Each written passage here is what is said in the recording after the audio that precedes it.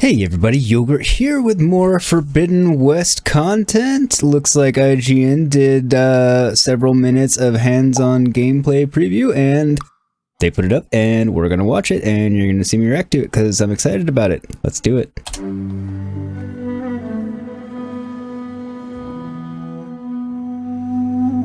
Horizon Zero Dawn introduced an amazing foundation to Guerrilla Games' post-apocalyptic world. Following it up is no small feat, but after 4 hours of hands-on time with early portions of its sequel, Horizon Forbidden West is shaping up to be a fulfillment of all the promises made by its predecessor. Combat is more complex, exploration is more freeing, and the world is teeming with more intriguing life, both robotic and human, and meaningful things to do. The Forbidden West in all its glory still waits to be seen, but I'm not forbidden from telling you about so much of why it's an adventure on which I can't wait to embark.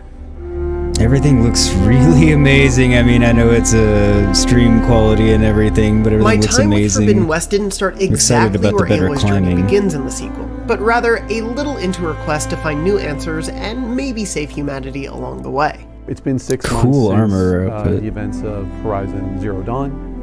And Aloy has noticed throughout the world that this red blight is kind of encroaching everywhere. You did say 6 months, right? This is a world-ending threat. Aloy has noticed throughout the world. Way. It's been 6 months since the events of Horizon Zero Dawn. So not that long. And Aloy has noticed throughout the world that this red blight is kind of encroaching everywhere. And this is a world-ending threat, and she has to find a way to stop it. The first big question I had when jumping in was how much freer exploration actually would be. Zero Dawn did many things right, but its climbing navigation was one of its most frustrating limitations. Yes. Forbidden West doesn't make every single inch of its world climbable, which may be disappointing to some, but it was immediately apparent and appreciable just how much more of the world is scalable, and how fun it is to do so. And it's made So I was never expecting Assassin's Creed level free climbing or anything like that, because that's just not, I mean, it's not an Assassin's Creed game. But one, the fact that everything's highlighted, I'm assuming with your focus much better for climbability, has me super fucking excited. And look at all these different climb points, so it just looks like climbing's going to be much more fluid, much more available.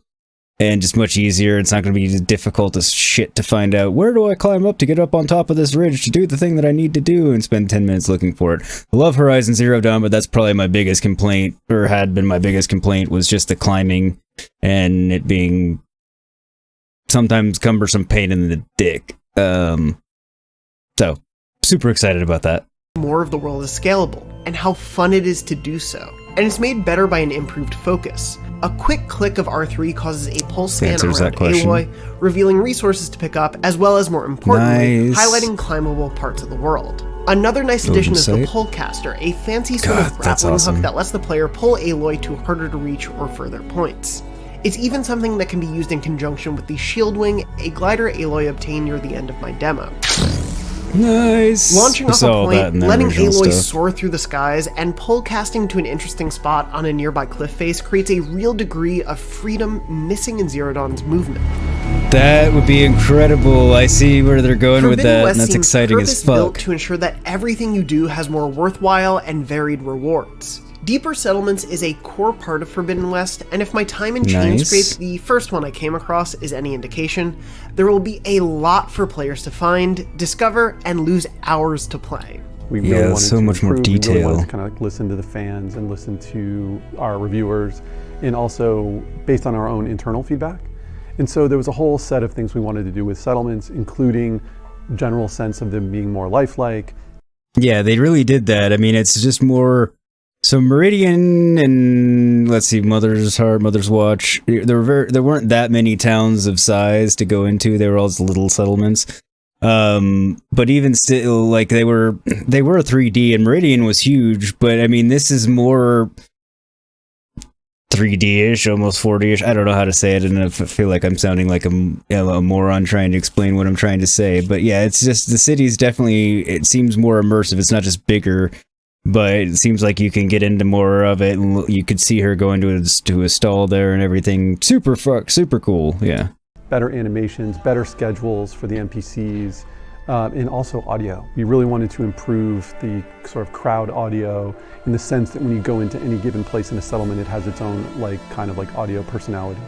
I thought they did a decent job of that in Zero Dawn, actually. Aloy's going in to the Forbidden West and encountering new tribes, specifically the Utaru and the Tanakh. And we really wanted to make sure those were as differentiated as possible with, NPCs doing things that they would only do in that tribe to give it that sense of life.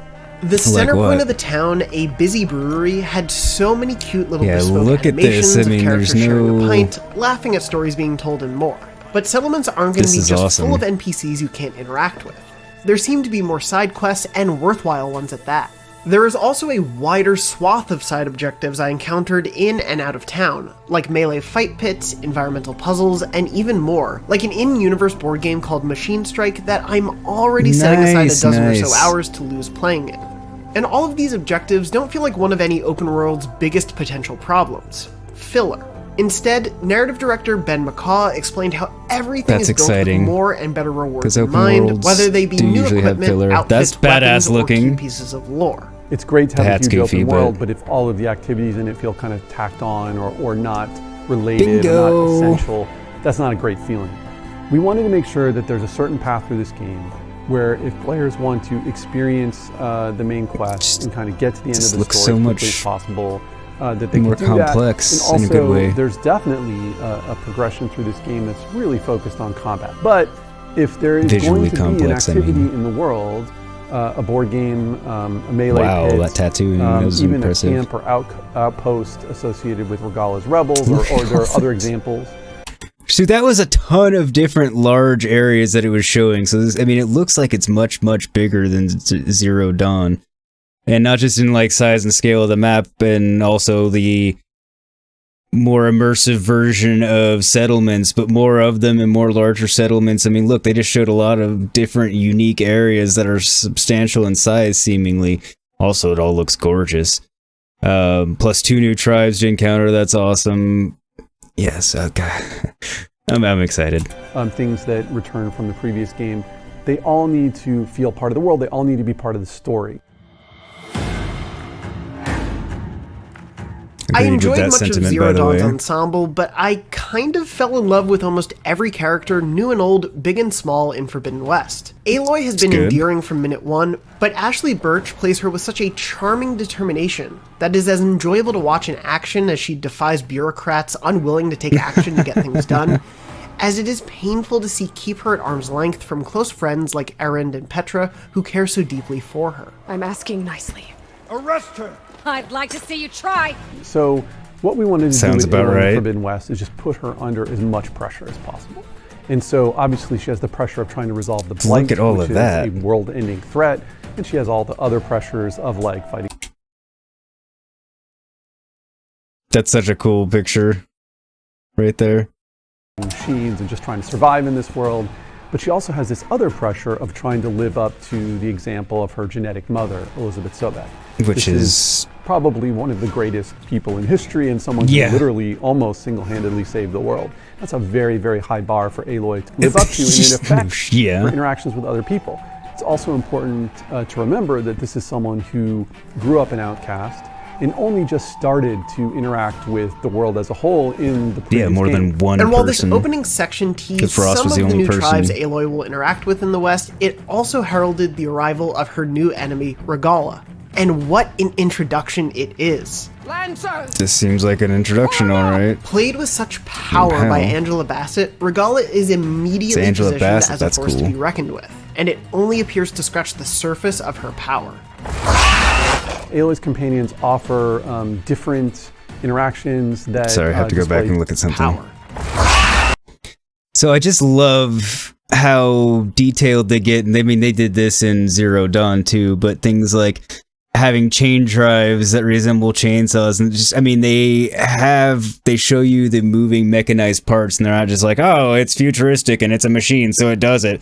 They give you plausible ways for these mechanics to be working. They don't show you everything obviously, but I've always thought it was super cool. So it's a chain drive that looks like part of a chainsaw, and that's kind of how, it's a double tooth chainsaw on either side, and that's their teeth. on the bottom. Anyways, it's just attention to detail that I really like. Also, speaking of detail, look at all the detail you can see in just her outfit and everything else. Not the purpose of the pause, so this wasn't the best place to pause to illustrate that, but yeah. Aloy's companions offer different interactions that display different aspects of Aloy's personality. More detail and silence even in the focus view. It's actually one of the major themes of the game is how does she relate to other people? How does she relate to her companions? How does that change her as a person? And Aloy's companions are really central to the story and the themes of the Forbidden West. And they look so good. I mean, everything looks good. I know I say it a lot. And the impact that they have on her that really forces her to kind of evolve her personality throughout the game. Aaron! Luckily, Aloy... See, look at all the detail in his outfit. I mean, that's awesome. I mean, Aloy is the better one to look at, and I was noticing in Aaron Varl too, but just so much extra detail and depth. That's the word I've been looking for. So much more depth to everything, which part of that's just, you know, enhancements in graphics and everything, but yeah, that's what I've been looking for. Everything has more depth. Aloy has a few new friends and new tools and skills at her disposal to rise to the occasion. Like new tools. There are now skills. 6 lengthy skill trees players can invest in based on their style. It should all pair nicely with the expanded arsenal of equipment and outfits you'll acquire. And in another nice twist on established systems, outfits are more closely tied to these skill trees, and some will offer stat boosts that can make skills even stronger. So everything is... Notably, melee combat is also improved. More involved. Go back a little bit. Notably, melee combat is on established systems, outfits are more closely tied to these skill trees, and some will offer stat boosts. Alright, so it's actually just telling you a lot more about it. It looks like it is a little bit more involved. And overall, it seems like they're just increasing the overall RP aspect, role-playing aspect of the game and making it more of an ARPG than the first one was, which makes me happy because I like role-playing games. That can make skills even stronger. Notably, melee combat is also improved. There's a far greater fluidity in the animations and how they change together, and it also seems like a more viable option in general, thanks to new skills like the impressive Resonator Blast. Damn! There will also be new weapons like the Javelin Thrower, while returning items like Tripcasters and standard elemental arrow options make a welcome comeback.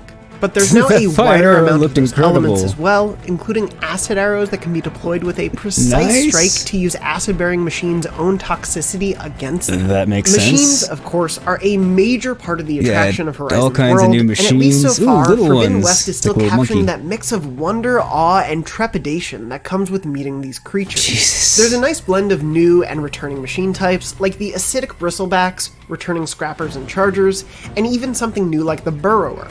Guerrilla is clearly saving some of Forbidden West's biggest battles for players, including myself, to play through when the full game is released. But I did get to take on one of my most eagerly anticipated what is this thing? It's a snake. It's a giant fucking snake. Fuck. I hate snakes. To do so, I jumped a bit further into Forbidden West to try out its new arena, an optional area where players will take on various challenges. Look at the size of this thing, just the massive scale.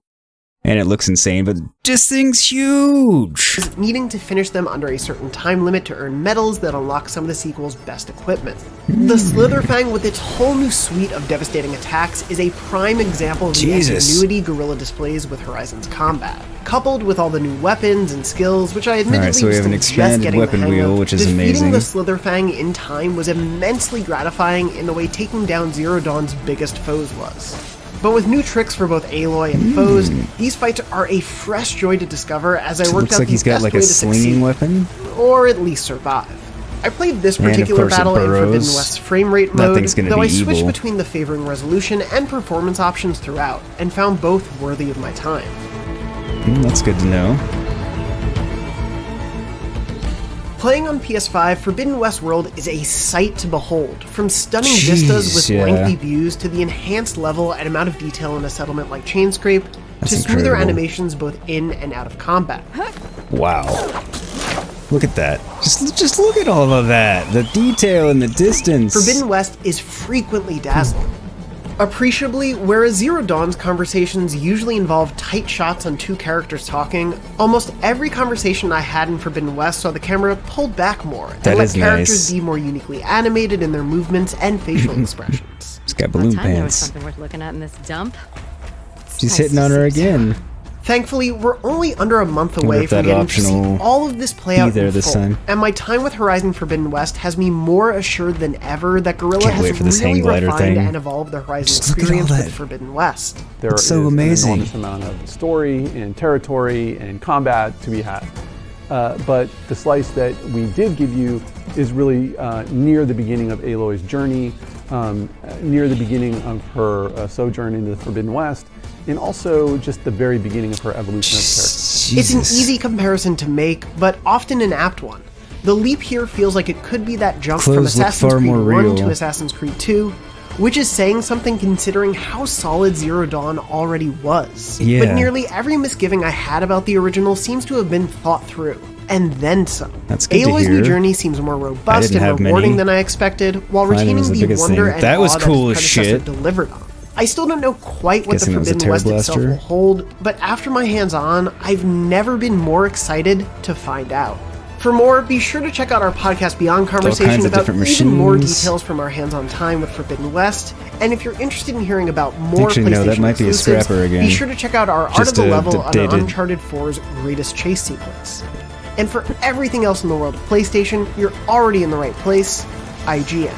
Yeah, this is super... Okay, there's that acid slinging thing. I can't remember what they said the name of it was. I'll try and add a caption in there at some point. But yeah, that is super, super awesome. Super excited. I'm so happy to have gotten to see more of it. And obviously, I'm going to keep watching these things because I can't wait for the game, because Zero Dawn's my favorite game of all time. And this is just... It looks like Zero Dawn with everything amplified and a lot more added, a lot of depth added to it. And again, I don't mean more in the sense of, oh, we added more to it because we could. I mean, they added more to it in thoughtful ways, kind of like the reviewer here was saying from IGN, which not to parrot a review or anything, but from what I can see, it seems like it. Obviously, he got to play it, not me, but I'll be getting to play it in less than a month. I can't wait. I'm so excited. And definitely be tuning into this channel for that, because I will be starting to stream it the instant I have it downloaded, and I can, because I already have it pre-ordered.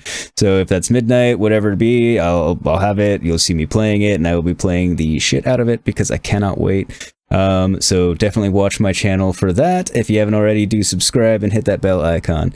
Hope you enjoyed this. Hope you got to watch me being silly and all excitable and stuff, which doesn't happen very often with me, as people will point out. So yeah, thank you everybody for watching. Hope you enjoy it. Can't wait for the game. Can't wait to see you all hanging out with me while I play it. And until next time, take care, stay safe, be excellent to each other, stay healthy, and Yogurt signing off.